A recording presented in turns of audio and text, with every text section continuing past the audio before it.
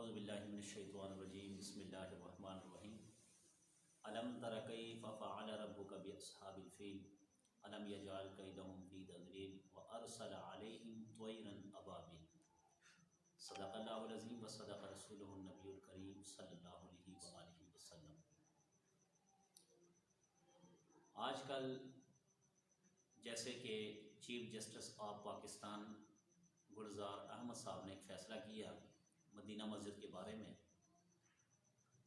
کہ اس کو گرایا جائے، یہ پارک کی جگہ پر بنی ہے، تو میں ذرا ان کی توجہ قرآن مجید فرقان حمید کی اس آیت کی طرف اشارہ کرتے ہوئے ان کو بتلاتا ہوں کہ اللہ رب العزت کے گھر کو جو گراتا ہے، اللہ کے گھر کو جو مسمار کرتا ہے، یا اللہ رب العزت کے گھر کی طرف کوئی میلی آنکھ دیکھتا ہے تو اللہ رب العزت ان لوگوں کو دنیا میں نیست و نابود کر کے رکھ دیتے۔ نبی کریم صلی اللہ علیہ وآلہ وسلم کی پیدائش سے 55 روز پہلے ابرہہ ایک آدمی تھا جو اپنے ہاتھیوں سمیت اپنے لشکر سمیت خانہ کعبہ پر چڑھائی کے لیے نکلا اور مسمار کرنے کے لیے آیا ہوا تھا۔ تو جب آیا تو اللہ رب العزت نے بڑے بڑے لوگوں سے کام نہیں لیا، بلکہ اللہ نے کہا میں دکھانا یہ چاہتا ہوں کہ جو میرے گھر کو مسمار کرنا چاہے، میرے گھر کو برباد کرنا چاہے، ان کا حشر کیا ہوتا ہے؟ ایک چھوٹے سے پرندے ابابیل، طیرن ابابیل بھیجے گئے اور ان کے منہ میں کنکریاں تھی، وہ جس کے سر پر گرتی ایسا لگتا تھا جیسے اس کے سر پر بم گر گیا۔ اور دوسری بات یہ ہے کہ ریاست مدینہ میں مدینہ مسجد پر حملہ، مسجد کا نام مدینہ ہے اور ریاست کون سی آج کل؟ ریاست مدینہ۔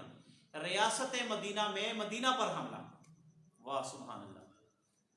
اور دوسری بات یہ ہے کہ چیف جسٹس صاحب کو یہ یاد آیا کہ یہ پارک کی جگہ ہے، مگر چیف جسٹس صاحب یہ بتائے کہ پاناما لیکس میں 437 لوگوں کا نام تھے، 437 لوگوں کے نام تھے، جس میں سے صرف ایک کو لٹکایا گیا، جس کا نام کیا ہے؟ نواز شریف۔ ایک کو لٹکایا گیا نواز شریف کو، باقی 436 کہاں پہ ہے؟ باقیوں کی کیوں چھوڑ دی جا رہی ہے؟ باقیوں کو کیوں معاف کیا جا رہا ہے؟ باقی اگر اس پر ملک کی غداری کا نام لگا ہے تو یہ باقی بھی تو غدار ہے نا۔ اگر انہوں نے ملک کے پیسے کو لوٹا ہے، ملک کو نقصان پہنچایا ہے، ملک کی ساکھ کو نقصان پہنچایا ہے، تو باقی 436 لوگ تو ہمیں نظر نہیں آئے کہ ان کو بھی اسی طرح جیسے نواز شریف کو ذلیل کیا اس کو بھی ذلیل کرتے۔ حق بنتا ہے جس نے ملک کا پیسہ کھایا ذلیل کرنا چاہیے، بلکہ ذلیل تو چھوڑے، میں کہتا ہوں کہ سخت سے سخت سزا دینی چاہیے کہ جو ملک کی بدنامی کا باعث بنے۔ مگر صرف ایک آدمی چیف جسٹس صاحب، اور دوسری بات صرف آپ کو پورے پاکستان میں صرف آپ کو ایک جگہ ایسی نظر آئی کہ جو قبضے کی جگہ تھی، جس کو مسمار کرنے کا آپ نے حکم دے دیا، مگر اس سے پہلے اور کوئی پاکستان میں ایسا کوئی ادارہ نہیں ہے کہ جس نے ملک پاکستان میں قبضے کی جگہ پر کوئی جگہ یا گھر بنایا۔ کئی ایسے ہیں، کراچی میں سانحہ بلدیہ ہوا جس میں نوجوان مزدوروں کو دن دہاڑے میں جلا دیا گیا، ان کے قاتل کہاں پہ ہیں؟ اگر وہ قاتل پکڑے گئے ان کو پھانسی کیوں نہیں دی گئی؟ اور اگر وہ پکڑے گئے آج تک ان کو میڈیا کے سامنے کیوں نہیں لایا؟ عمران فاروق قتل کیس میں جو لوگ ملوث تھے وہ لوگ کہاں پہ ہیں؟ وہ تو نہیں پکڑے گئے۔ کیوں نہیں پکڑے گئے؟ کیوں نہیں فیصلہ ہوا جج کی طرف سے؟ کیوں نہ فیصلہ آیا ان لوگوں کی طرف سے کہ ان لوگوں پر بھی ہاتھ ڈالا جائے؟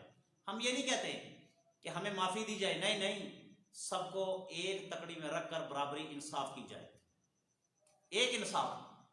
اگر اللہ کے گھر کو گرانا ہے، ہمیں تکلیف اس لیے ہوتی ہے، وہ گھر ہمارا نہیں ہے، وہ اللہ کا گھر ہے، ہم اس میں راتیں نہیں رہتے ہیں، ہمیں اس میں کھانے کے لیے نہیں ملتا، پینے کے لیے نہیں ملتا، ہمیں تکلیف صرف اس چیز سے ہے کہ اللہ کے گھر پر کیوں کریں چڑھائی جائے گی، اور ہمیں کسی چیز سے تکلیف نہیں ہے۔ اور اگر یہ قبضے کی جگہ ہے تو جیسے کہ ایک کراچی میں پٹھان بھائی نے اعلان کیا، اللہ رب العزت اس آدمی کو ہمت عطا فرمائی، اس نے کہا کہ چیف جسٹس صاحب آپ پیسے مانگے، جتنے پیسے اس جگہ کے بنتے ہیں میں دینے کے لیے تیار ہوں، حتیٰ کہ اگر 50 کروڑ بھی مانگیں گے میں 50 کروڑ دینے کے لیے تیار ہوں، 50 کروڑ، مگر اللہ کے گھر کو نہ گرایا جائے۔ اچھا یہ کوئی سازش تو نہیں چل رہی؟ سب سے پہلے حکم آیا کہ مسجد اسپیکر میں تقریر نہیں ہوگی، یاد ہوگا آپ کو، اسپیکر میں تقریر نہیں ہوگی، اچھا وہ تقریر بند کروا دی گئی. پھر دوسرا سازشی ایجنڈا یہ چلا اللہ کے گھروں کے لیے کہ اسپیکر اتروائے جائیں، یاد ہے وہ بھی اتروائے گئے. پھر تیسری سازش یہ چلی کہ جب یہ پہلے سازش یہ چلی کہ اسپیکر تقریر نہیں ہوگی، اس کے بعد یہ سازش چلی کہ اسپیکر اتروائے جائیں. تیسری سازش یہ چلی کہ کرونا میں اللہ کے گھر میں نماز پڑھنے پر پابندی، جمعاتوں پر پابندی. اچھا باقی فٹ بال کے گراؤنڈ بھرے ہوئے ہیں کرونا میں، باقی سب کچھ ہو رہا ہے، پارلیمنٹ میں بھی لوگ آ رہے ہیں، اسمبلیوں میں بھی لوگ آ رہے ہیں، مگر اللہ کے گھر پہ پابندی ہے کہ یہاں پر لوگ جماعت کے ساتھ نماز نہیں پڑھتے، فاصلہ رکھ کے پڑھے.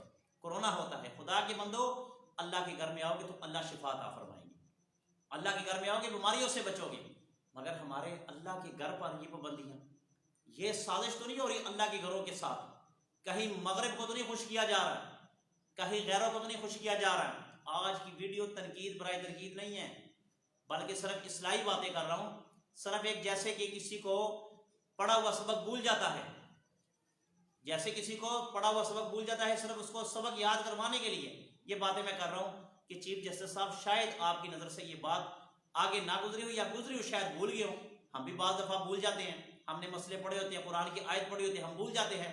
تو شاید یہ بھول گئے ہو کہ یہ واقعہ اس طرح ہے کہ اللہ رب العزت نے اللہ کے گھر کو جب گرانے کے لیے ابرہ آیا تو اللہ نے اس کو نست و نابود کر دیا تھا.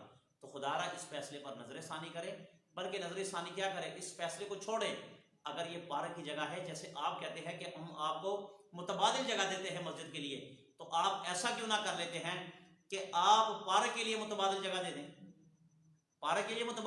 دیں. اور اگر آپ یہ بھی کہنے کے لیے اس پہ آمادہ نہیں ہوتے تو جیسے بھائی نے اعلان کیا کہ میں 50 کروڑ روپے تک رقم دینے کے لیے تیار ہوں، تو پھر وہ رقم آپ لے لیجئے اور کوئی اور جگہ پر جو ہے نا وہ پارک کے لیے جگہ مختص کریں. مگر خدا را اللہ اور اللہ کے رسول صلی اللہ علیہ وسلم کی نشانیوں کو ختم نہ کیا جائے، ورنہ ایک دن مرنا ہے. نہ مغرب کام آئے گا، نہ امریکہ کام آئے گا تو آپ کے اعمال اور اللہ اور اس کے رسول صلی اللہ علیہ وسلم کے بتائے وہ طریقہ کام آئے گا. اللہ سے دعا ہے کہ اللہ تعالی ہمیں حق اور سچ کے ساتھ فیصلے کرنے کی توفیق عطا فرمائے.